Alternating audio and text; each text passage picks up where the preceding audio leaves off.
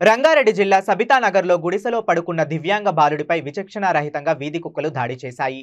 బాలుడి పురుషాంగాన్ని వీధి కుక్క కొరికేశాయి.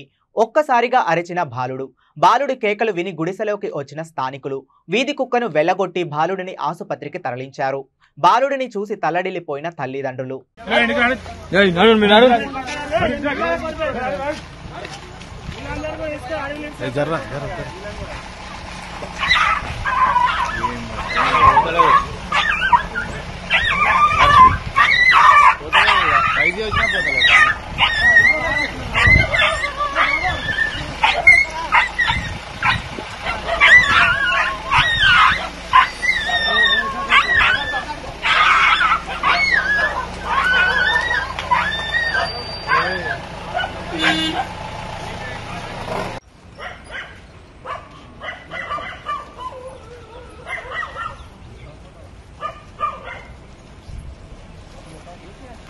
దాని అట్టు తింపు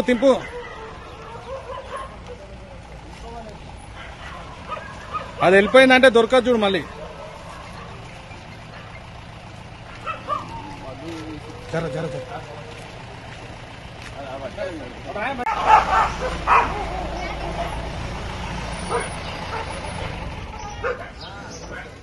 ఐడిని కొట్టురా సత్తే, వీరేష్ కొట్టాడు ఇక్కడ కొట్టు.